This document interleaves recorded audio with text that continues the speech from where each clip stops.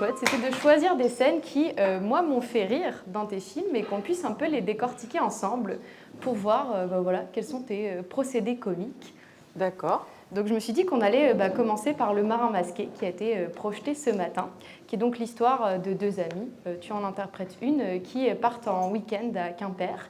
Et il y en a une qui retrouve un ancien amoureux, je contextualise un peu pour les gens, qu'elle appelle le Marin Masqué.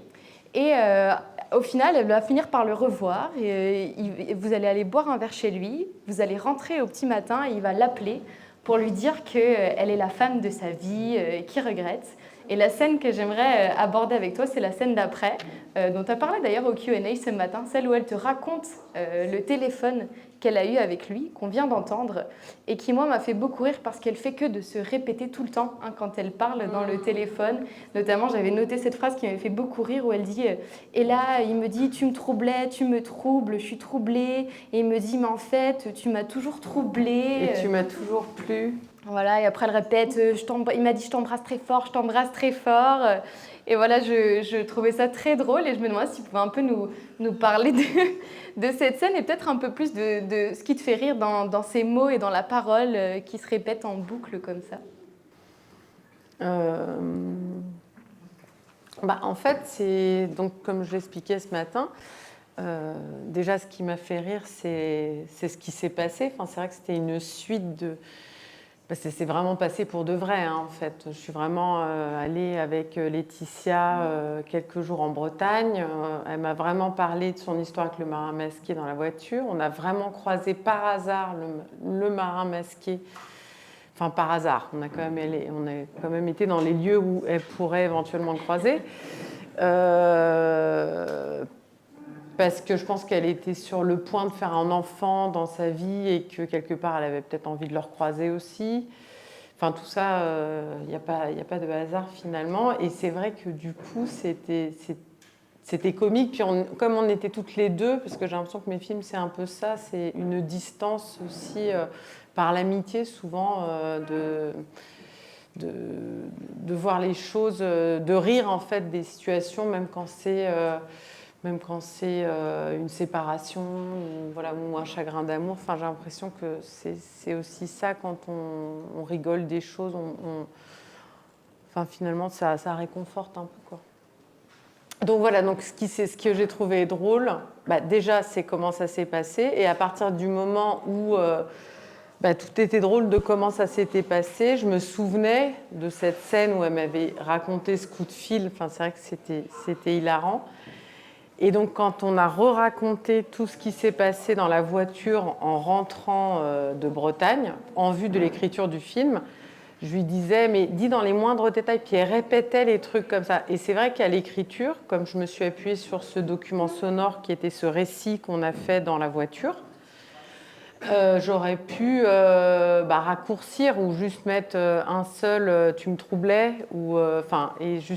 et moi, ce que je trouve drôle, c'est tout ce qu'il y a derrière l'efficacité du dialogue, c'est-à-dire tout ce que cachent les répétitions, les hésitations, les superpositions, comment les gens se coupent la parole, enfin, en fait, tout ce qui soutient les paroles qui ont du sens ou pas, mais pour moi, tout le reste en a aussi, et c'est ça qui est drôle.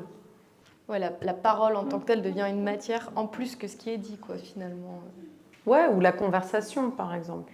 Par exemple, une conversation à 3 ou 4, c'est vraiment drôle de voir comment les prises de parole circulent, comment les gens s'interrompent, comment d'un coup il y a quelqu'un qui va parler plus fort que quelqu'un d'autre, ou même comment les mots vont, au milieu d'un mot, on va changer de ton parce que quelqu'un nous interrompt. Enfin, c'est ces petits détails-là plutôt musicaux, quoi, en fait, que moi j'aime bien travailler.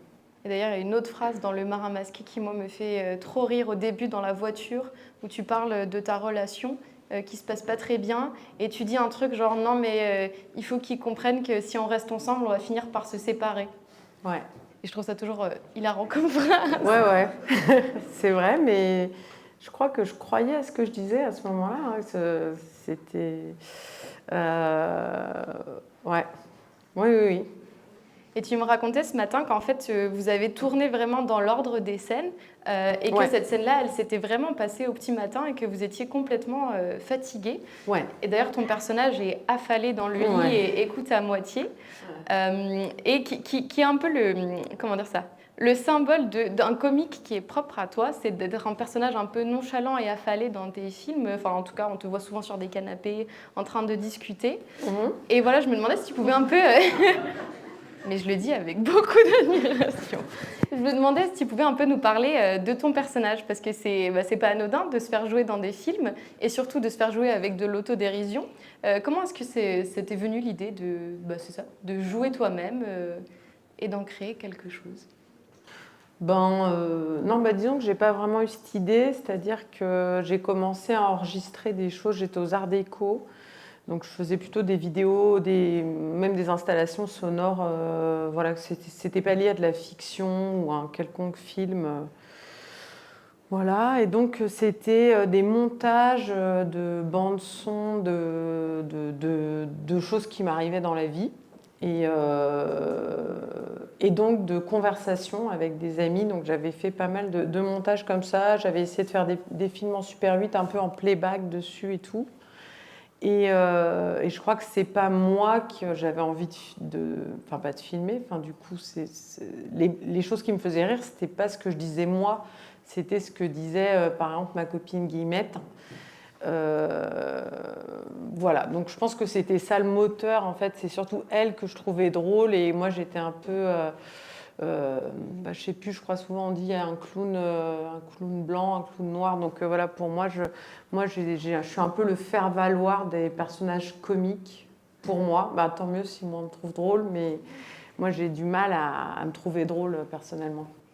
Ok, donc c'est pas quelque chose que tu as nécessairement fait consciemment de te mettre en tant que personnage Non, mais après, là par exemple, les premiers films, donc c'était pas des films, c'était des bandes son, donc c'était ma voix. Après mon premier court-métrage, j'ai joué dedans. Aussi pour moi, le personnage comique, c'est le personnage de Guillemette. Et c'était normal que je joue dedans parce qu'on joue notre propre rôle. C'est un film qu'on a fait chez nous en Super 8. Voilà. Et après, je ne jouais plus dedans jusqu'au Marin masqué. Voilà. Et là, surtout, j'avais envie de faire jouer Laetitia. Donc c'est un argument aussi de dire, voilà, je joue dedans, je joue dedans. Enfin, ça va être marrant, on joue toutes les deux dedans, quoi. Voilà. Trop bien. On va passer peut-être à un autre film qui a été projeté tout à l'heure, qui est Les Coquillettes. Donc pour situer un peu, ça se passe au Festival de Locarno, qu'on connaît bien en Suisse. Et tu y vas de nouveau, tu es dans le film de nouveau, tu y vas avec deux copines et vous racontez le festival. Ouais. Bon, déjà, ce qui est un peu rigolo, c'est que vous allez quasiment jamais voir de films. Vous passez le festival à ne pas regarder des films. Est-ce que tu peux nous raconter justement un peu qu'est-ce que tu trouvais, je sais pas, amusant ou qu'est-ce que tu avais envie de faire quand tu as eu cette idée de film? En fait, pour être complètement honnête, c'était après un festival de Cannes avec Camille et Carole, donc, qui sont dans le film. Et voilà, on se marre. Enfin, je sais plus, je crois que c'était un an après, c'était pas mal de temps après. Je me dis, tiens, ce serait marrant de faire un film au Festival de Cannes basé sur un petit peu, en exagérant, en faisant une comédie, mais basé sur ce qu'on a vécu à Cannes toutes les trois. Donc, pareil, on s'est enregistrés. Et on a tout raconté dans les moindres détails. Et finalement, ce qu'on raconte, à partir du moment où on raconte, ça devient un peu de la fiction. C'est-à-dire qu'on dit, ah oui, et là, le mec, il m'a dit ça, et moi, j'ai répondu ça. Donc, c'est comme si on écrivait des dialogues. Et d'ailleurs, du coup, les dialogues qui sont dans le film, c'est des dialogues qui sont des dialogues issus du récit qu'on s'est fait à l'audio. Et à peu près au même moment, il y a Olivier Père qui voulait sélectionner le Marin masqué à Locarno. Ouais. Et je lui ai dit, ok, mais est-ce que tu acceptes qu'on ait carte blanche, en fait, que je puisse filmer? Parce que moi, j'avais eu un prix à Pantin avec le Marin masqué, c'était 30 000 € pour mettre en production un film.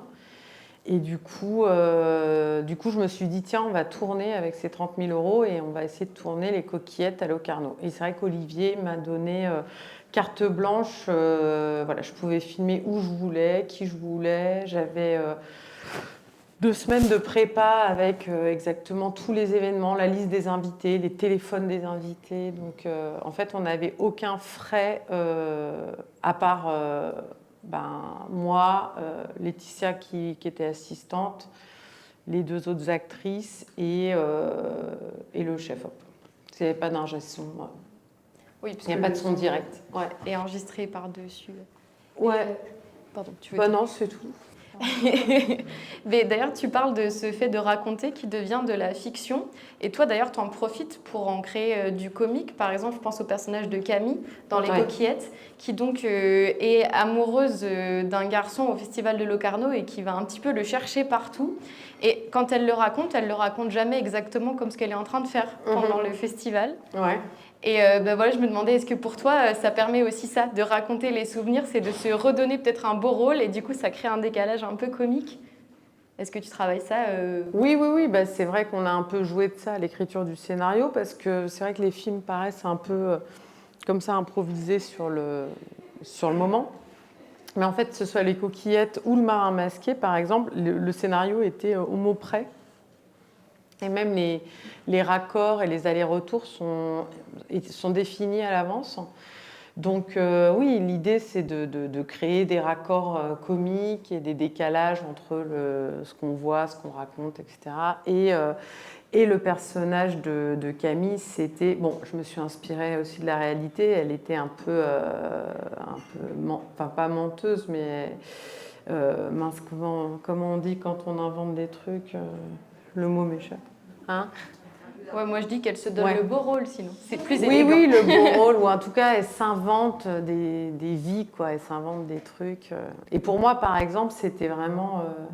pour moi, c'était Camille, le personnage comique du film. Enfin, c'est vrai qu'à chaque fois, pour moi, ça se décale. C'est toujours un autre personnage qui est central pour moi, en tout cas dans mon plaisir de faire le film. Oui, puis Camille, elle est vraiment... Enfin, moi, dans Les Coquillettes, elle m'a fait trop rire. D'ailleurs, la scène où elle se retrouve finalement dans la chambre avec Martin, c'est vraiment une grande scène de comique pour ceux qui n'ont pas vu le film parce que... Enfin, tout va mal, quoi. Finalement, ils couchent pas ensemble, elle se fait piquer par une guêpe, elle commence à pleurer et elle dit un seul mot, elle dit « guêpe » en pleurant. Puis après, on l'emmène prendre un taxi, puis elle commence à essayer d'embrasser Martin, mais toujours en train de pleurer. Enfin, moi, ça m'a fait beaucoup rire. Je me demandais d'ailleurs, justement, parce que ça a l'air d'être une amie à toi, comment est-ce que tu travailles ça en disant, bon, bah, on va tourner cette scène où ton personnage est quand même passablement en train de se montrer, je sais pas, dans une forme de, je sais pas si ridicule c'est un bon mot, mais en tout cas, pas sous son meilleur jour, disons, quand même, dans cette scène. Non, mais je pense qu'elle est très douée, enfin, que c'est une super actrice. D'ailleurs, je suis étonnée qu'elle n'ait pas eu plus de propositions, parce qu'elle avait envie de jouer hein, après les Coquillettes. C'est vrai que je la trouve vraiment délirante dans le film. Et c'est aussi parce que je la trouvais délirante dans la vie que j'ai eu envie de la faire jouer. Et elle savait très bien en jouer, c'est-à-dire qu'elle savait très bien, moi, ce qui me faisait marrer chez elle, donc elle savait le jouer, quoi, en fait. Oui, tu parvenais à repérer un peu cet aspect marrant de sa personnalité, puis le fictionnaliser finalement dans ton film. Oui, puis même quand on a fait le récit, je pense que chacune, on se connaissait tellement bien que comme Carole, elle devait faire exprès d'appuyer certains trucs, voilà, parce qu'elle savait très bien qu'elles étaient en train de construire leur personnage, quoi, à travers ce qu'elles étaient en train de dire. Super, je te propose qu'on passe au film Gabi Baby Doll, qui va d'ailleurs être projeté juste après, qui a quand même une prémisse assez différente des autres films, où là c'est l'histoire de Gabi qui ne peut pas dormir toute seule, parce qu'elle n'arrive pas à dormir. Et les autres films où ça semblait en tout cas plus proche du réel, là moi j'appelais ça un peu ton film conte de fées. Est-ce que déjà tu peux nous raconter d'où est venue l'idée de cette prémisse qui est quand même un peu rigolote, cette madame qui ne veut pas dormir toute seule, qui va chercher des inconnus pour dormir? Non, mais c'est vrai qu'il n'y a pas beaucoup de vide hein, dans mes films et tout ça. Donc il y a une... Oui, moi c'est vrai que j'aime pas trop être toute seule. Et du coup, je m'étais dit, tiens, je pourrais écrire, enfin je pourrais faire quelque chose par rapport à ça. Et j'avais lu à ce moment-là, j'étais en train de lire Bettelheim, enfin là d'un coup ça fait hyper sérieux, mais de psychanalyse des contes de fées. Puis je sais pas, les deux sujets se sont mélangés et c'est comme ça que ce film a pris cette forme-là. Mais c'est un film un peu particulier pour moi, j'avoue, je ne l'ai pas revu depuis un moment. Je sais pas, c'est un film qui est particulier. Bah, qui est un... bon, comme tous tes films, on va dire, mais c'est vrai qu'il y a un petit ovni où c'est vraiment un conte de fées remis un peu au pied du réel, quoi, parce que ta princesse, quand même, elle pisse tout le temps et elle bouffe des chocs à pic avec sa grosse couette, et ton prince, il mange des petits lus. Enfin, voilà. Et moi, c'est ça que j'aime beaucoup dans ce film et que je trouve très drôle. D'ailleurs, il y a une scène où on la voit aux toilettes et elle a son énorme duvet sur elle parce qu'elle a froid. Donc c'est vrai que je ne l'ai pas revu, moi. Là, du coup, tu me racontes le truc et ça me revient. Mais ouais, je voudrais que je le revoie peut-être. Bah, t'as l'occasion, tout à l'heure, il est là. Bah, on va prendre une toute petite scène dans le film que moi je trouve super et qu'on retrouve un petit peu dans Voyage en Italie. C'est les deux protagonistes qui boivent du vin. Et vraiment, pendant bien 30 secondes, ils sont en train de s'extasier à quel point le vin est bon. Ils sont vraiment un peu, mais sans déconner, il est super ce vin. Et toi, tu fais pareil dans Voyage en Italie avec le jus de citron. Ah oui, c'est vrai, c'est pas faux. Ouais. Et ce que je voulais te demander avec ça, c'était qu'est-ce qui te plaît un peu dans le fait de filmer le plaisir de boire ou de manger, qui est quelque chose qu'on voit quand même plusieurs fois dans tes films. Est-ce qu'il y a quelque chose d'un peu jouissif là-dedans? Je sais pas. Enfin, je pense que ça rejoint plutôt ce que tu disais au début sur il me trouble, il m'a troublé. Il me répétait ça. Enfin, voilà, sur le fait de répéter des phrases et qu'en fait le dialogue ou la musicalité du dialogue ou de la conversation soit pas liée au fait de passer une information ou une idée. Et là, c'est un peu pareil. Je pense que j'ai dû faire une impro. Enfin, pour Gabi, je faisais des impros avec mon frère et sa compagne à l'époque, qui interprétaient les deux personnages. Donc, je pense que je leur ai demandé de boire du vin, qui était bon, et, enfin, comme dans la scène. Et ils ont fait une impro. Et après, je pense que quand j'ai monté la bande-son de la pro en vue d'écrire le dialogue du film, j'ai dû trouver ça marrant, ce truc, cette répétition. Mais des fois, c'est des répétitions qui sont orchestrées par mes demandes. Peut-être que je dis, bah non, continuez. Et du coup, ça devient absurde, quoi. Et même dans Énorme, je sais que des fois, il y a des trucs comme ça qui prennent des proportions. Bah, le moment où il... Enfin là, je saute des trucs, mais le moment où il lui annonce, enfin où il veut lui annoncer qu'elle attend un bébé, par exemple, il y a une espèce de truc comme ça où il s'enfonce dans des phrases qui mènent nulle part. Et en fait, c'est juste des mots, puis ça se vide de sens complètement. Et je pense qu'il y a un truc, moi, qui m'intéresse là-dedans. Ouais, dans la matière sonore, finalement. Voilà, c'est ça. Et c'est de la... Bah, après, ça rejoint ce que tu dis sur la nourriture. Enfin, je pense que c'est des films... Enfin, il y a beaucoup de questions de matière, peut-être aussi dans mes films, de matière documentaire, mais aussi de toutes sortes de matières organiques. Enfin, il en est quand même beaucoup question. Et pourquoi, ça, je ne sais pas. Enfin, pourquoi pas, quoi. Ouais, c'est marrant, c'est un truc que je voulais te demander un peu, où quand même dans tes films, on voit beaucoup des gens faire caca, pipi, et pourquoi pas, est-ce que quand même tu trouves pas ça un peu rigolo? Parce que moi je trouve ça rigolo, les gens qui font pipi dans tes films. Ouais, bah oui, c'est tout. Il y a un truc enfantin. Après, toujours pour revenir à Gabi aux impros, on faisait donc les balades pour de vrai, avec les impros et tout ça. Et souvent, Laetitia, celle qui improvisait les dialogues de Lolita, s'arrêtait pour faire pipi. Alors après, est-ce qu'on garde ça dans l'impro, tout comme on aurait gardé le fait qu'elle voit une fleur ou j'en sais rien, ou est-ce que volontairement on se dit ah non, ça on va pas le montrer et on le met hors de la scène, quoi. Donc pourquoi Enfin, c'est comme pour l'Aventura, quand on me dit mais pourquoi il y a ces histoires de caca avec un petit... en fait, quand on a un enfant de 3 ans, il fait caca ou pipi toute la journée, en fait, et on en parle tout le temps. Donc, c'est pas volontaire. Enfin, je me suis pas dit tiens, je vais faire exprès pour être choquante de mettre ça. Enfin, et encore, je pense qu'il y en a moins que dans les enregistrements qui ont servi de base à l'écriture. Donc déjà, j'en ai viré un peu.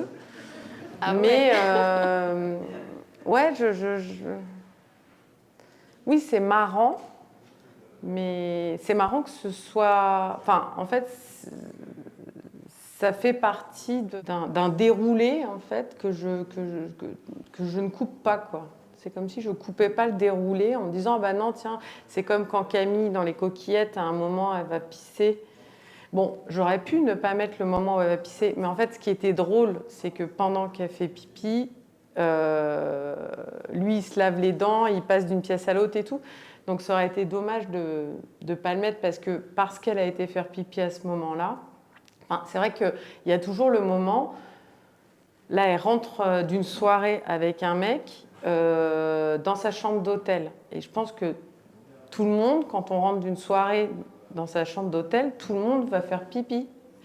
Et par exemple, dans les films, bon bah non, les gens ils s'embrassent direct, ils font, enfin, et sauf que Camille, quand elle a raconté ce truc-là, ce qui était drôle, c'est qu'elle a été faire pipi, elle a été gênée bien sûr d'aller faire pipi, et du coup lui il s'est brossé les dents tout en pensant qu'elle savait pas qu'il se brossait les dents et tout pendant ce moment-là, et c'est ça qui est drôle quoi. Et donc pourquoi ne pas le mettre voilà.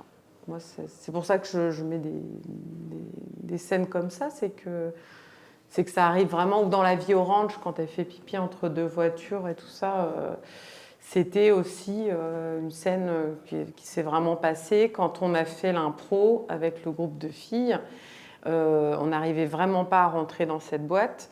Et donc, voilà, il s'est passé ça et c'était marrant. Et c'est justement le moment où l'autre fille... Enfin, c'est pas juste parce que je me dis je vais mettre ça, c'est qu'il y a un intérêt dramatique. C'est-à-dire que le moment où la troisième rencontre un mec, c'est le moment où les deux autres ont été pissés entre deux voitures et qu'elle s'est retrouvée toute seule, donc le mec est venu lui parler. Donc je ne peux même pas l'enlever de l'action, en fait. C'est complètement imbriqué dans le procédé, quoi. ouais, ça fait. Enfin, tu regardes le réel, puis tu le remets, quoi. Puis des fois, le réel est drôle, en fait. D'ailleurs, Bah, dans La tout le Vie temps, orange, elle en revient pas de faire pipi en des voitures, la fille. Elle arrête pas de dire ça. Oui, mais non, parce que l'autre, elle surveille pas. Enfin, c'est pas qu'elle en revient pas, parce que je pense qu'elle le fait souvent, mais c'est que comme l'autre est en train d'embrasser un mec là plus loin, l'autre, elle regarde plutôt que de regarder s'il y a des passants. En fait, c'est ça qu'elle lui dit. Mais bon, ça... Et pour revenir d'ailleurs sur la scène de Camille avec le mec qui se brosse les dents, ça c'est aussi très drôle parce qu'il se brosse les dents de manière, enfin tellement longtemps. Oui. Et d'ailleurs, il y a un moment où on repasse sur vous en train de raconter et Camille qui dit ouais, il prenait des plombes et il y a un cut et lui il est en train de partir, il va même sur le balcon se brosser les dents. Ouais, ouais. Genre fait vraiment tout le tour de sa pièce quoi. Ouais, cette chambre était super. C'est vrai qu'on est arrivé là, on ne savait pas du tout où était, parce qu'évidemment, on n'a rien payé hein, donc pour le film, donc on tournait dans les lieux des journalistes à qui on avait demandé de faire une apparition éclair dans un film dans lequel il avait un rôle très important.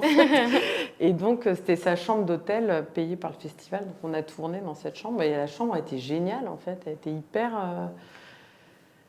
esthétique et il y avait justement ce balcon qui permettait une circulation, mais c'est vrai qu'il n'y a pas eu il n'y avait pas de prépa, où il y avait pas, on arrivait, on savait quelle était la scène, les dialogues et on devait penser au plan en fonction de l'espace.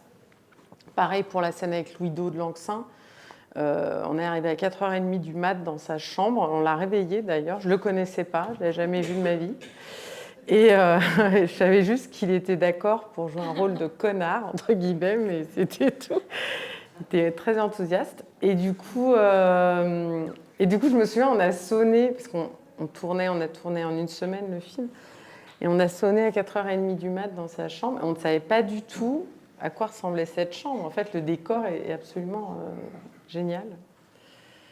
Hyper kitsch. C'était marrant. On a fait la scène en 1 heure, quoi.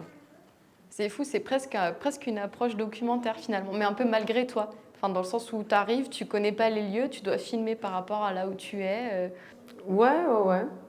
Tu peux pas faire un storyboard à l'avance. D'ailleurs, ça m'a fait penser, c'est rien à voir, mais est-ce que c'est vraiment Louis Garrel dans le... C'est vraiment Louis Garrel. Ok. Et d'ailleurs, c'est pour ça que je suis amoureuse de Louis Garrel, c'est parce qu'il était dans le jury. Voilà. Et il fallait, on s'est dit, bon alors il y a qui sera à Locarno dont je pourrais être amoureuse? Et on a vu Louis Garrel, donc je dis, est-ce que tu peux apparaître dans le film? Et il m'a dit oui, donc du coup c'est devenu Louis Garrel. Tu l'as pas vraiment rencontré en bas de chez toi? Non. Je suis un peu déçue. Ah.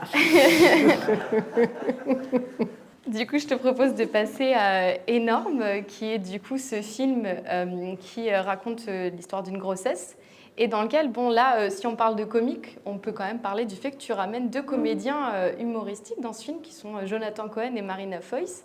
Et ça déjà, c'est nouveau de ramener, tu avais déjà des comédiens connus avec Benjamin Biolay notamment, mais qu'est-ce que ça fait d'avoir ce casting qui arrive aussi avec leur propre humour finalement, parce qu'ils étaient déjà connus quand même pour quelques trucs humoristiques. Comment tu crées à partir de ça? Par exemple, pour le rôle de Marina, c'est beaucoup Laetitia qui a improvisé, Laetitia Goffi qui joue dans Le Marin Masqué.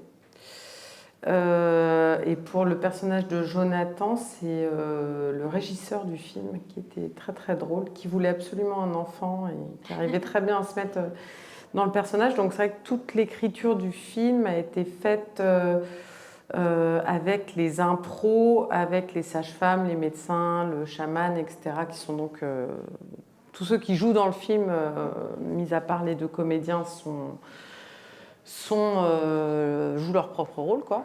Et en fait, eux, Marina et Jonathan, ils avaient quand même ils avaient des dialogues ultra précis. Alors ça dépendait, c'est vrai que Jonathan était plutôt OK pour écouter des trucs, pour regarder des vidéos du régisseur. Et Marina était un peu moins dans ce système-là. Disons qu'elle préférait que ce soit moi qui lui dise les trucs et qu'elle les répète. Mais je pense que pour eux, c'était trop bizarre, en fait, ce tournage. C'était très, très bizarre pour eux parce qu'il y a beaucoup de scènes qui sont des chants contre chants qui ont été faits à 3 mois d'intervalle. Donc, il y a beaucoup de scènes où ils n'ont pas les acteurs en face d'eux. Donc, ils m'ont tout le temps moi en face d'eux. Et en plus, je ne leur dis pas la réplique, je leur dis la phrase qu'ils doivent dire. Et voilà. Donc, je pense que ce n'était pas évident pour eux, ce film. Ok, quand même, enfin, moi je trouve ça hyper drôle comme film, et d'ailleurs qui est pour moi une des meilleures scènes comiques de Jonathan Cohen, qui est quand du coup le personnage de Marina Foïs décide de bouffer du camembert et de boire du vin et de fumer alors qu'elle est enceinte. Et Jonathan Cohen arrive dans la cuisine et commence à péter un câble et sa voix elle monte d'une octave à chaque fois et commence à crier « Tu prends du sucre !» Et moi je trouvais que là c'est hyper bien travaillé avec le fait que tu as Jonathan Cohen, parce que c'est une scène pour lui avec sa voix qui monte de plus en plus haut. Et comment c'était travailler ça avec lui? Est-ce que pour lui, ça faisait partie de sa corde comique, finalement, ce genre de scène? Oui. Après, lui, il avait un dialogue précis. Et puis, voilà, on a tourné. Moi, je me souviens que je l'ai un peu poussé, quoi, à y aller. Plus. Et puis, de toute façon, il déconne beaucoup. Enfin, il adore rigoler. Et puis, il fait des blagues tout le temps, même quand on tourne pas, quoi. Donc voilà, il y a été. De toute façon, c'est quelqu'un qui aime bien, qui a du talent pour ça, quoi. Moi, je me disais, si j'étais en train de filmer cette scène, je me pisserais dessus. Ah tout le monde rigolait, de toute façon. Oui, c'est sûr. D'ailleurs, dans ce film, il y a une autre forme de comique qui est, je ne sais pas justement, c'était un truc que je voulais te demander si tu pensais que ça allait créer du comique ou c'était plutôt un geste artistique que tu voulais faire, qui est cette inversion des rôles. Dans l'idée où c'est Jonathan Cohen qui prend vraiment les attributs d'une maman un peu dans le film et Marina Foïs qui est plutôt apathique. Moi que je trouve très drôle, d'ailleurs tous les moments où Jonathan Cohen parle au ventre et il est en mode biboun, biboun.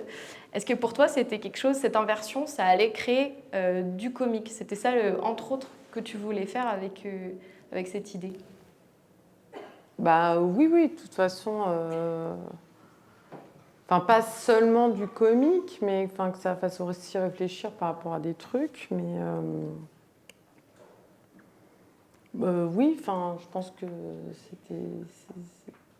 c'était l'idée de ne pas enfermer, en tout cas, comme c'est assez délicat, en fait, tous ces sujets, de ne pas enfermer les personnages dans des représentations qui sont liées soit à la maternité ou à la paternité, et en fait, de mettre en scène la complexité de tout ça, mais à travers des trucs drôles. Voilà, c'était le projet, quoi. Mais ouais. Projet réussi. On va passer du coup à ton film Voyage en Italie, qui est donc l'histoire d'un couple qui part en vacances sur quelques jours. Tu interprètes une des personnes de ce couple et il y a Philippe Catherine qui interprète l'autre.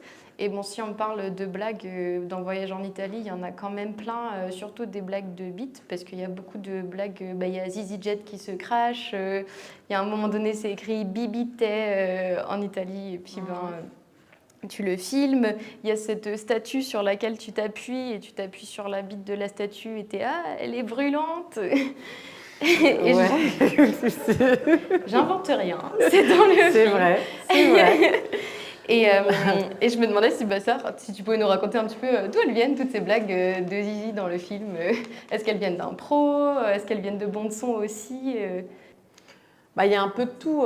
Après, non, je pense qu'elles viennent de l'écriture. Enfin, en fait, il y a plusieurs sources. C'est un peu une usine à gaz, mais bon, je vais essayer de pas trop mélanger les pinceaux. Donc, il y a plusieurs sources de documents, en fait, pour Voyage en Italie. Il y a le premier document qui est l'enregistrement dans le lit qu'on a fait donc, en 2016 en rentrant de voyage pour ne pas oublier les trucs pour que je puisse écrire un film un jour là-dessus, parce que j'étais en train d'écrire énorme, donc je ne voulais pas oublier que c'était marrant quand même.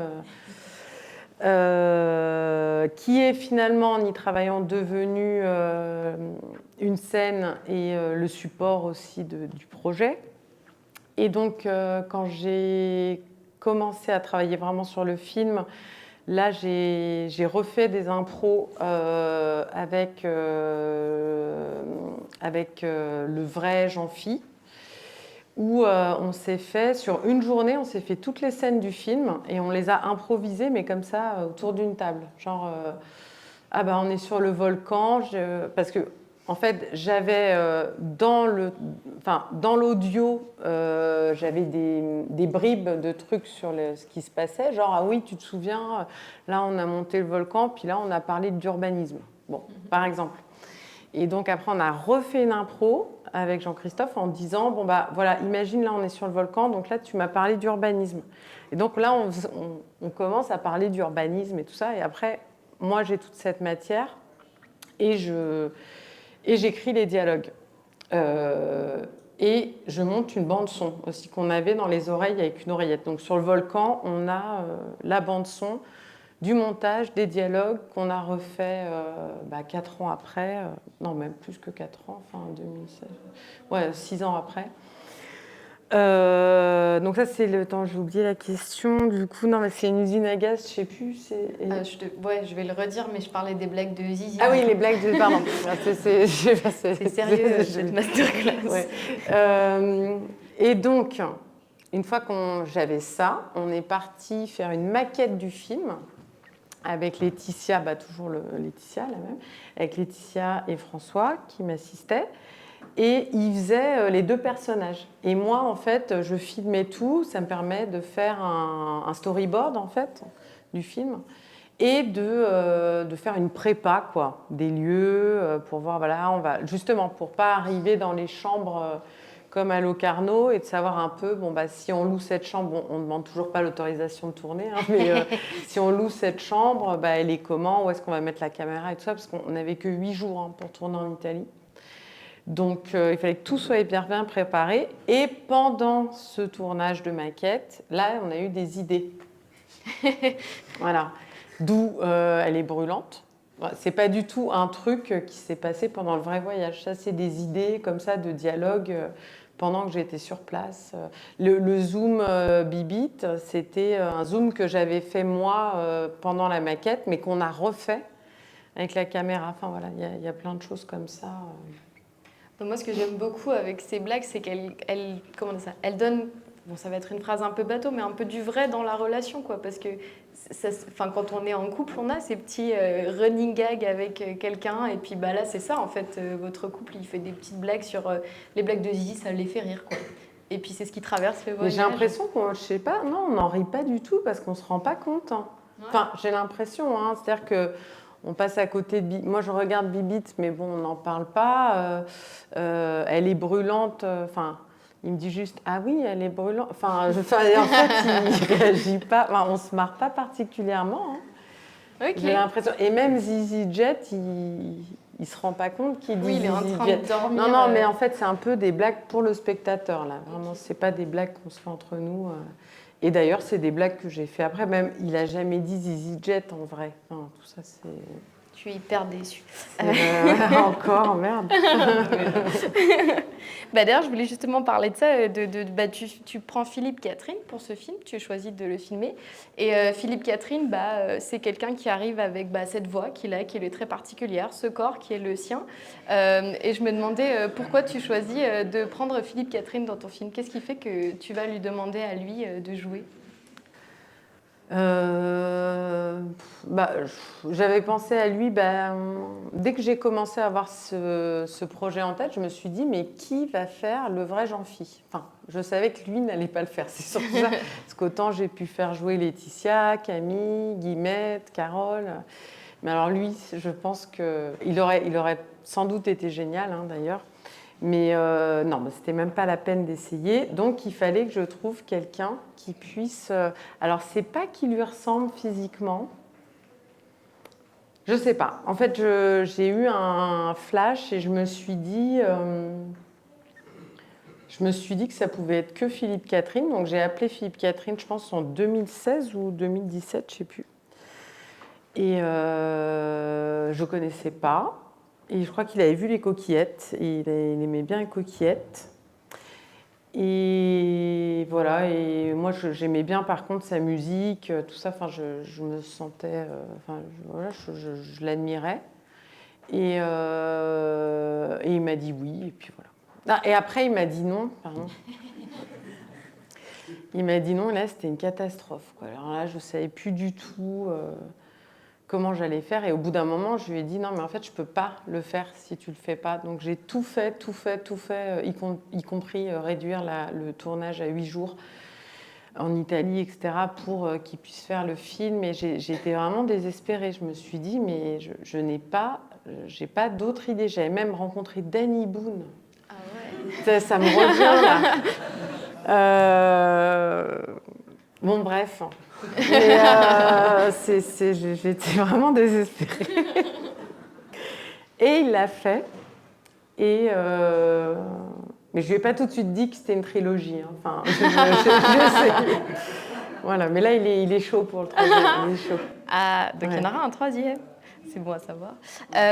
Du coup, on va passer sur le deuxième, qui est donc L'Aventura, qui est ce deuxième film de vacances où cette fois, vous partez en vacances de nouveau, Philippe, Catherine et toi, avec du coup des enfants, qui sont Clo-Clo et Raoul. Et là, du coup, de nouveau, si on parle d'humour, on va parler caca. Parce qu'il y a beaucoup de blagues de caca dans ce film, parce que Raoul est un petit garçon de quel âge il a dans le film ? 3 ans. Il a 3 ans. Et il fait plusieurs fois caca à des endroits un peu... étrange, par exemple sous une table de restaurant ou sur la plage. Et ce que j'aime beaucoup, déjà, je vais recommencer cette question. Ce que je trouve intéressant, c'est que là, du coup, les enfants arrivent et du coup, ils portent un autre type d'humour et un autre type de vitalité. Est-ce que pour toi, c'était important justement de te mettre au diapason, de te dire on a des enfants qui sont dans le film, donc ça vient chambouler aussi, c'est ça, les blagues qu'on va faire, ce qu'on va filmer En fait, non. Pour moi, le projet, c'était de filmer des enfants depuis longtemps. J'ai aussi commencé à l'écrire en 2016. Et donc, non, je ne me suis pas dit que ça allait changer l'humour ou quoi. En fait, c'était juste l'enjeu pour moi, c'était ça. Tout court. C'était pas forcément faire des blagues ou... De toute façon, je pense que le film est quand même moins léger que d'autres films. Voilà, il n'y a pas... Mais ouais, c'était pas... Pas fait exprès. Non. Non. Moi, ce que j'aime bien aussi dans ce film-là, c'est que tu nous montres qu'on peut avoir différents rapports en fait aux choses qu'on vit. Par exemple, notamment le moment où Raoul fait caca dans le sable, bah, c'est pas un moment très drôle pour ton personnage et celui de Philippe Catherine, parce que vous courez avec des serviettes en mode oh là là, et après vous vous enregistrez en train de le raconter, et là par contre ça vous fait beaucoup rire comme moment. Et j'aime bien cette idée que les souvenirs peuvent changer un peu enfin, je sais pas, l'émotion qu'on a sur un moment vécu. Et, Ouais, ouais. ouais, je dis mes interprétations. Ouais, non, bah oui, bah c'est toute l'idée de la reconstitution. Enfin, c'est toute l'idée de mon travail de façon globale, c'est que le fait de raconter des choses, en fait, ça change aussi le, le, le- le point de vue, quoi, sur ce qui s'est passé et que le raconter à travers un récit, et on se dit même que c'est un récit quand on le voit, déjà on n'est pas obligé d'être réaliste. Enfin, je pense que ça pose la question du réalisme ou du naturalisme, ce que sont pas trop mes films, je pense, dans le fond, parce qu'à chaque fois ça part d'une subjectivité très assumée, quoi, finalement, ou quelque chose de partiel, quoi, sur les personnages. Ça cherche pas, j'ai pas l'impression que je cherche à représenter. Enfin, des fois, on me dit, mais c'est quoi le message ou qu'est-ce que vous voulez représenter C'est vrai que je cherche pas à représenter qu'est-ce que c'est qu'une ado de 12 ans ou qu'est-ce que. Enfin, c'est trop compliqué, quoi. Peut-être. Oui, ce qui est intéressant, c'est l'obstination avec laquelle Claudine veut raconter qu'il a fait caca sur la passerelle parce que quelque part, elle trouve ça drôle, mais c'est aussi une façon de savourer un peu le fait de l'humilier un peu. Enfin, et c'est ce rapport-là de la grande sœur au petit frère, et qu'en même temps, elle le trouve drôle quand même. Et lui, il se retourne et il est content de la faire rire, même si, en fait, elle se moque de lui. Et enfin, bon, voilà, moi, c'est ça, en fait, j'ai voulu représenter. C'est plus des comportements ou des détails ou des ressentis, mais c'est pas global, en fait. Ce qui est intéressant aussi, c'est que bah, tu faisais plusieurs fois dans tes autres films ce geste de re-raconter donc quelque chose qui nous est arrivé.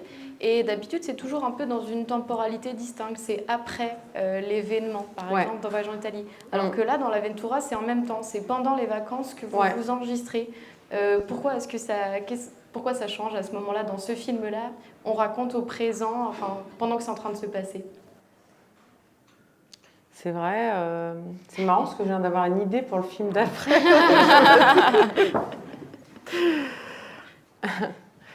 Parce que quand on écrit un scénario, c'est ça en fait, on dit avant ce qui va se passer. Ouais, pardon, la question c'était. Pardon. Avant, c'était dans une temporalité distincte, après que les gens racontaient ce qui s'était passé, et là c'est en même temps, c'est pendant les vacances que les gens s'enregistrent. Oui, mais c'est ça qui était marrant. Bah, en plus, c'est vraiment pendant les vacances que Claudine a voulu enregistrer au fur et à mesure, enfin qu'on a enregistré ce qui se passait pendant les vacances. Enfin, ça devenait une occupation, hein, un peu comme un jeu de société ou un truc comme ça pour partager un truc en famille, quoi. Parce que finalement, ce que je disais sur qu'est-ce qu'il y a dans la parole quand c'est pas du sens qu'on partage, enfin, même dans des dialogues ou un récit, une narration. Et c'est pareil dans la famille, en fait. On se dit des trucs, mais pas forcément pour partager des trucs précis, en fait, juste pour se dire des trucs. Et j'ai l'impression que le film, c'est beaucoup ça. C'est sur ce tissu de mots, enfin, il n'y a pas que des mots d'ailleurs, hein. Il y a des contacts, il y a des gestes, il y a des sons. Il y a des matières aussi. Et c'est ce partage-là qui m'intéressait en fait dans le film. Et finalement, tout ce qu'on raconte, enfin, c'est aussi pour. C'est pas forcément pour avoir un déroulé très précis, c'est juste pour avoir des trucs à se dire et puis voilà. Et puis d'ailleurs, ça se voit dans le film que ça devient un peu le moment de réunion familiale qui va causer autant des crises que des grands moments de fou rire d'ailleurs, parce que des fois vous allez bien vous disputer. Ouais. Puis il y a ça un peu dans Voyage en Italie aussi, c'est-à-dire que finalement on cherche à se retrouver en forçant le romantisme 3 jours en Italie. Et en fait, le moment où on est le plus proche dans le film, c'est quand on se raconte les choses, quoi. Donc, quand on partage la parole, enfin, qu'il y a un truc fort dans la conversation, quoi. Ouais, qui est autant, enfin ouais, c'est le souvenir qui raconte. Trop bien, on va ouvrir les questions, je pense, au public. On a fait un peu un tour de tes films. Donc voilà, si vous avez des questions. Oui. Alors. On parlait de l'Aventura, donc on reste là-dessus. J'ai une question mise en scène. Parce qu'il y a une longue séquence dans une chambre dans l'Aventura, vous êtes à 4. Au cinéma, on fait souvent attention à ne pas se chevaucher, faire un champ puis l'autre, et que les dialogues se recoupent pas. Là, c'est tout l'inverse, c'est très découpé. Il y a 4 personnages, plus un enfant de 3 ans qui court partout. Et les dialogues se chevauchent tout le temps. Comment on construit une séquence pareille? Ouais. Une grosse galère, hein, cette scène. Ouais, donc c'est la scène de sieste, c'est la scène centrale du film, hein, depuis le début. Au départ, dans le scénario, elle faisait 100 pages. Elle est vraiment, enfin, c'est de là, enfin, je suis contente de parler de cette scène parce que c'est de là où part tout le désir du film part de cette scène. Donc concrètement, donc on a des oreillettes avec Philippe, Bérénice et moi. Dans ces oreillettes, il y a des bandes-sons qui sont des bandes-sons d'un montage des vraies bandes-sons qui ont été enregistrées en 2016, donc avec le vrai Raoul et la vraie Claudine, et le vrai Jean-Phi, et moi. Et donc, bon, c'est une bande-son, je ne sais plus combien de temps elle fait, elle devait faire peut-être 15 minutes. Et le montage, alors que la bande-son fait 4 heures, je crois, en tout. Enfin, le document, quoi. C'est vraiment très, très travaillé, très monté. Et dans ces bandes-sons qu'on entend, il y a donc le vrai Raoul. Et donc, quand on lui dit « Mais non, qu'est-ce que tu fais, Raoul? Mais non, reviens, bon, bah, tu vas être enfermé dans la salle de bain. » Tout ça, c'est des choses qui se sont passées en 2016. Et on parle à un enfant qui n'est pas du tout en train de faire ça, parce que le petit Raoul du film, il est en train de faire dodo à ce moment-là, parce qu'il aurait été traumatisé qu'on l'engueule pour rien.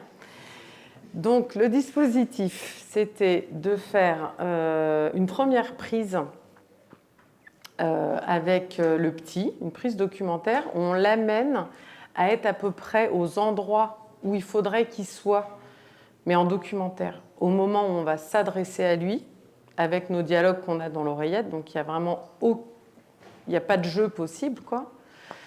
Sa mère est habillée comme moi, avec les ongles de la même couleur, etc. Son père est allongé sur le lit comme Philippe. Bérénice est souvent à la même place. Et en fait, on l'amène à...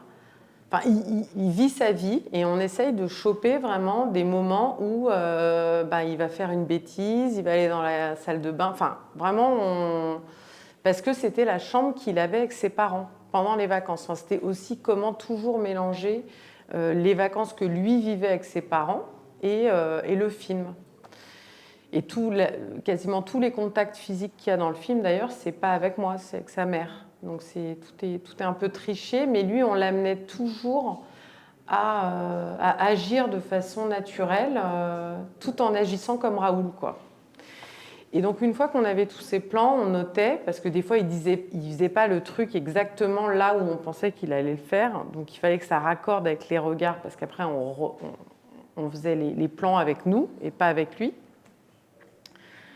Et donc voilà, c'était bordel. Mais j'ai l'impression, on a eu beaucoup de mal à monter cette scène d'ailleurs, beaucoup de mal parce que on savait pas s'il fallait commencer par le documentaire, enfin par les plans de lui ou par les plans de nous, enfin on savait pas dans quel sens prendre le truc.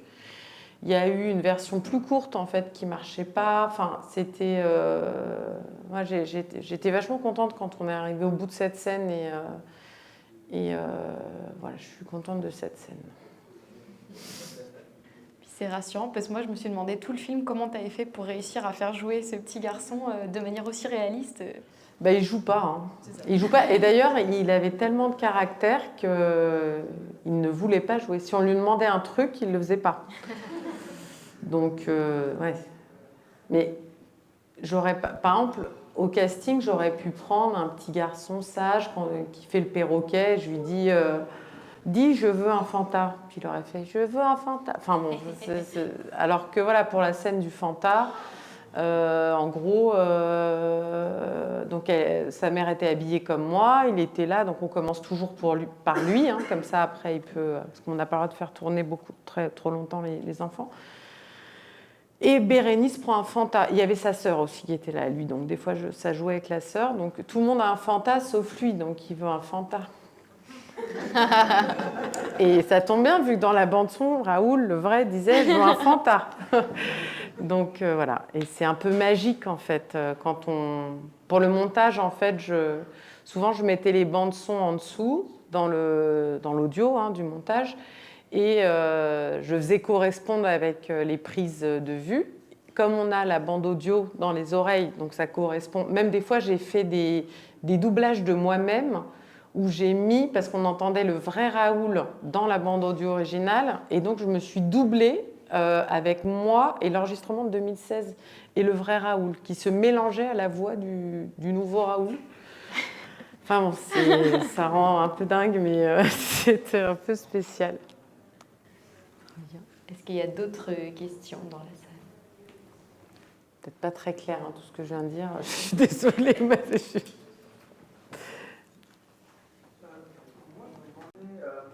est-ce que vous voyez votre place dans le paysage du cinéma français aujourd'hui?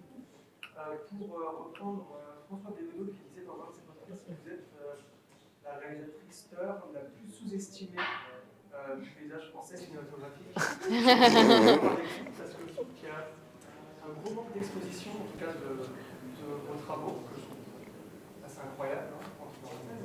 Et je me demandais comment vous positionnez vis-à-vis de ça, ou si vous n'en voyez rien à faire. J'en ai pas rien à faire de faire un film avec 300 000 €, ça c'est sûr. Ouais, je trouve ça un peu... par exemple, on n'a pas eu l'avance après réalisation, après l'Aventura. Qu'on me dise non, le scénario est illisible. Bon, je peux comprendre quand on voit les dialogues et tout ça, on peut se dire c'est quoi ce truc, c'est bizarre. Après, quand on voit le film, je sais pas, de ne pas avoir l'avance après réalisation en faisant un 6e film avec 300 000 €, je trouve ça. Donc pourquoi ils ne me l'ont pas donné? Voilà. Malheureusement, je ne comprends pas vraiment. Je sais pas. Je sais pas, il y a quelque chose. Je sais pas si quelqu'un a un avis là-dessus. J'aimerais bien savoir, mais. J'ai entendu parler de la technique de Bruno Dumont pour avoir des subventions. Non. Il donne une fausse version de scénario, une fois que c'est validé, il fait autre chose après. Ouais, Je pose ça, hein, c'est une technique, t'es pas obligé de la suivre. Non, je suis pas. Non, ouais. Non, franchement, je sais pas trop. Je sais pas trop pourquoi. Après aussi, je sais comment peut-être j'aurais pu avoir des opportunités pour avoir plus d'argent, pour me conformer davantage au système, que ce soit par rapport au récit, aux acteurs connus. Voilà. Par exemple, hein, ça c'est des choses que j'aurais pu faire et je pense que les films seraient davantage vus et financés. Mais ce n'est pas ce qui m'intéresse en fait. Comme moi, je ne m'intéresse pas, comme je suis peu cinéphile, que je suis un peu dans mon trip, dans ma recherche perso, formelle et tout, peut-être que je ne participe pas à un grand tout où d'autres gens peuvent se reconnaître, des décideurs, des grands directeurs de festivals, voilà, ce genre de choses. Et du coup, est-ce que vous n'avez pas peur que ça entrave votre carrière après juste du fait de faire un film? Par exemple, le prochain film que vous allez faire, je crois, si j'ai bien suivi, et vos films rapportent quand même assez pour qu'il y ait toujours un intérêt. Est-ce qu'il y a un moment où vous avez peur que ça puisse s'arrêter, qu'il y ait plus que les décideurs... S'arrêter?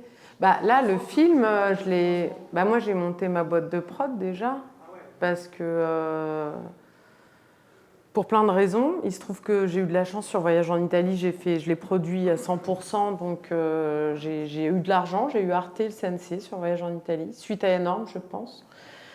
Du coup, j'ai découvert des choses comme le fonds de soutien, tout ça, donc j'ai pu... en fait, l'Aventura, personne ne voulait le faire. Et grâce à ça, j'ai pu le faire quand même. Voilà. Avec très peu d'argent, mais je pense que j'aurais pas pu le faire si j'avais pas eu ma boîte en fait. Après, non, mais pour être honnête, c'est vrai que, par exemple, ça fait vachement de bien de venir dans un lieu comme ici, qu'il y ait des gens qui aiment bien les films, parce qu'il y a une perte de sens au bout d'un moment de se dire mais c'est tellement dur et pourquoi il y en a pour qui c'est plus simple et tout, alors qu'en plus je ne demande pas grand-chose. Je pense que si je faisais des films à 4 millions, ce serait peut-être plus simple pour trouver de l'argent que trouver 500 000 balles en fait. Mais, donc, est-ce qu'il n'y a pas vraiment... Enfin, c'est vrai qu'il n'y a pas de pression non plus du coup. Par exemple, l'Aventura, c'est un film... le plus radical que j'ai fait, qui n'est pas un film facile à voir, qui est en effet où il ne se passe pas grand-chose, où voilà, j'ai vraiment fait ce que je voulais. Et ça, je l'ai fait parce que le film coûte 300 000 euros. Si j'avais fait le film avec 2 millions, enfin là, on a fait presque 40 000 entrées. En fait, c'est vachement bien pour un film qui a coûté 300 000 euros. Donc moi, c'est une façon d'être libre, de faire ce que je veux, et c'est un équilibre. Moi, en fait, ça m'était égal de faire un film avec un gros budget. Donc, voilà, tout dépend en fait de la pression qu'on se met ou pas par rapport au prochain. Mais si on n'est pas dans une dynamique qui est la dynamique habituelle de dire bon en fait, il faut faire des films de plus en plus chers, des films de plus en plus gros avec de plus en plus d'acteurs connus, nan. Et d'ailleurs, après Énorme, on m'a dit quoi, tu vas refaire un petit film où tu vas jouer dedans, machin. Et en fait, moi, c'est ça dont j'avais envie, quoi. Et c'est pas forcément. Ou après La Vie orange, j'ai fait un moyen métrage parce que j'avais envie de le faire. Mais pour moi, c'est pas. Il n'y a pas de... Enfin, c'est pas mon ambition, en tout cas, de. Enfin, il n'y a pas d'idée de carrière ou d'ambition ou de trucs comme ça. Enfin, c'est. Je demande juste là qu'on me donne un tout petit peu d'argent pour faire mes films qui ne coûtent pas très cher. C'est tout.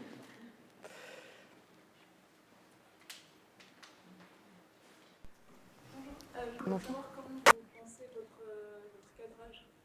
Est-ce que vous le pensez? J'imagine que vous le pensez, mais en fait, le seul film que j'ai vu de vous, c'est Les Coquillettes. Et du coup, il y a un côté très. Enfin, ça donne un peu l'impression que c'était filmé genre, juste comme ça, mais j'imagine que vous avez quand même pensé le cadrage, donc spécifiquement de ce film, et puis de manière plus générale dans Ouais, alors Les Coquillettes, justement, je pense que c'est un des seuls films où j'ai pas fait de storyboard filmé, quoi. Parce que c'était vraiment one shot. Il y avait le festival. Alors j'ai dû prendre quelques photos en amont, juste avant que le festival ne commence, des lieux, voilà, pour avoir une idée.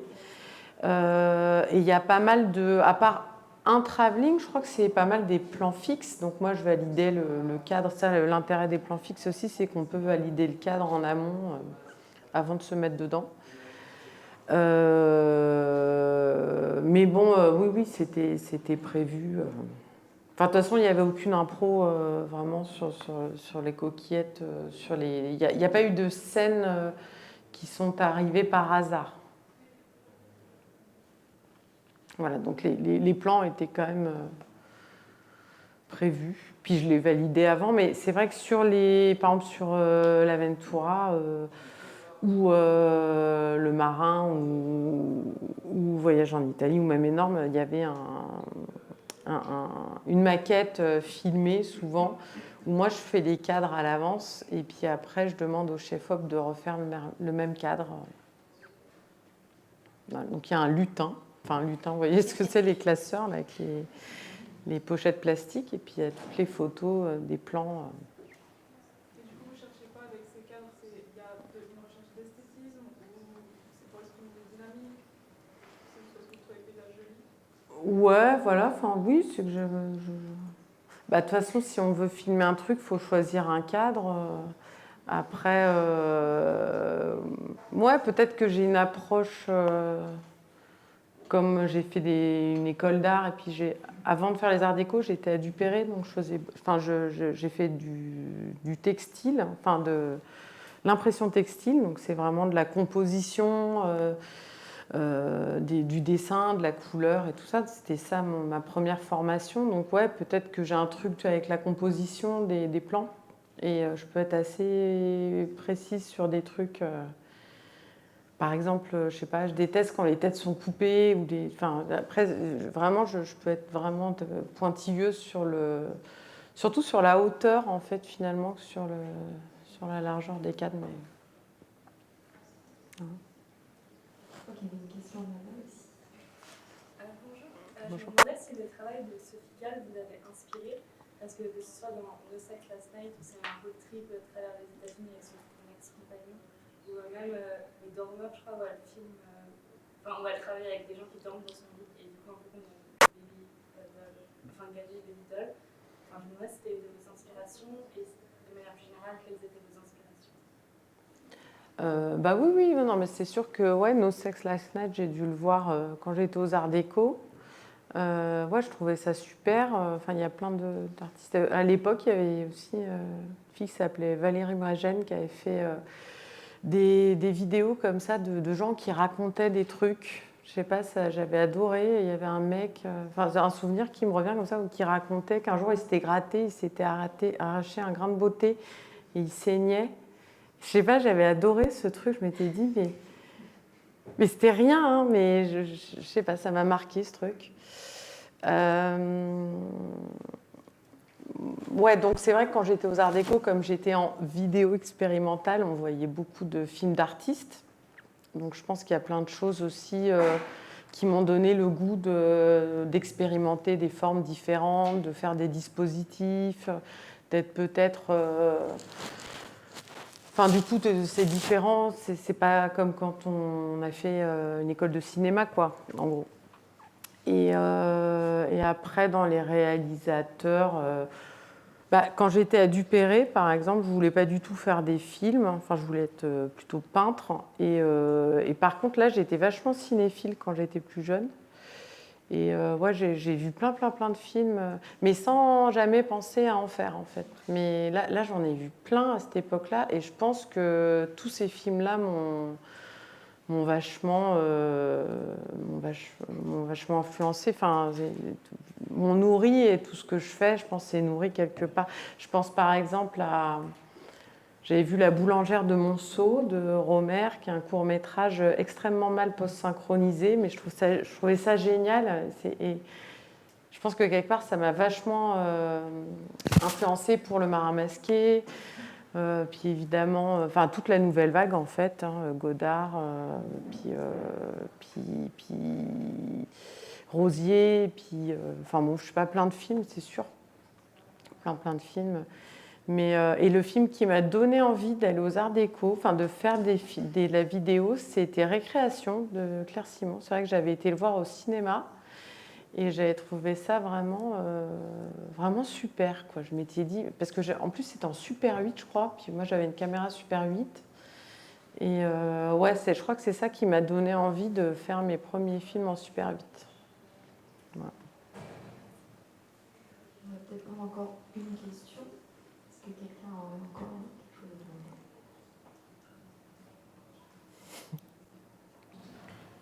Moi, je t'en demande une, sinon... Ah, t'as levé la main, Alex? Oui. Vas-y. Non, vas-y. Moi, j'en ai demandé plein. Est-ce que tu as raconté de toute ta filmographie, le processus d'enregistrement et de le refaire par la suite, il a toujours été là.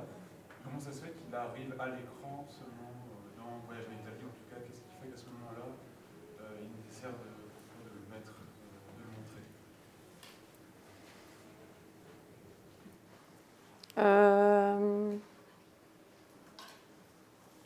C'est vrai que j'aurais pu le montrer. Dans les coquillettes, en fait, j'aurais pu dire on va faire un film. Enfin, quand on se retrouve lors du déménagement de Carole, là, cette scène un peu qui est le moment où on raconte. J'aurais très bien pu endosser mon personnage de réalisatrice avec Carole, sa monteuse, et Camille, l'assistante de prod. Et je pense que j'aurais très bien pu dire, tiens, si on faisait un film de nos... Enfin, en fait, ça aurait pu déjà être là, sauf que ça ne l'était pas. Et pourquoi, c'est vrai ça, pourquoi dans Voyage en Italie, du coup, je l'ai mis? Parce que j'aurais pu aussi ne pas le mettre. Enfin, mais peut-être qu'en fait, enfin, ça me paraissait peut-être plus normal qu'avec Carole et Camille, on se raconte sans raison ce qui s'est passé, juste histoire de se le raconter. Alors que je ne pense pas qu'on l'aurait fait comme ça avec Jean-Phi. Donc peut-être c'était pour ça. Et puis comme j'ai écrit en parallèle l'Aventura et Voyage en Italie, et que le troisième volet parle encore plus du fait d'écrire et de transposer. Et il y a aussi beaucoup de choses qui sont écrites. Il y a des SMS, il y a des journaux, enfin il y a des choses qui sont écrites à la main aussi. Donc il y a beaucoup plus l'idée de l'écriture du scénario que juste d'enregistrer juste le récit. Peut-être que ça fait partie des thématiques communes en fait aux trois films. Le fait de la mise en abîme de la fabrication du film au sein du film, parce que c'est vraiment le sujet du troisième volet en fait. Et comment même ce qui sert à faire un film va avoir une influence dans la vie même du couple. Voilà. Trop bien, ça fait une belle fin sur le futur troisième volet. Ouais. Et ben merci beaucoup Sophie. Merci à vous. Merci.